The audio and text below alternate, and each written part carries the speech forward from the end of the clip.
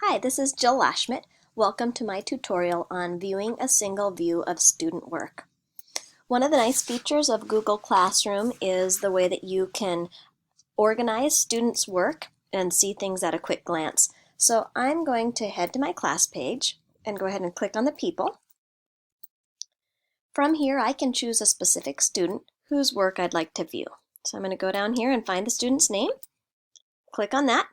Now there are a couple things that we can see from this page. If I wanted to email the student or the guardian, I could click right up there. For the sake of our time right now, we're going to look at some of the filters that I can view along with these assignments after we take a quick view here. So I can see from this that right now the student's overall grade is right there. I'm able to see the categories of the assignments and how the student has fared in those various assignments.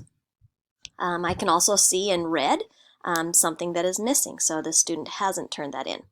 The filters will just allow me to look at that in a little different way. So I can see if any work has been turned in that I need to grade. I can see which work I have returned to this student with a grade. And I can see the missing work. If we come back up here to the main page again, I'm also able to go to the grades section, and this is nice if I want to just have a quick view at specific grades for various assignments.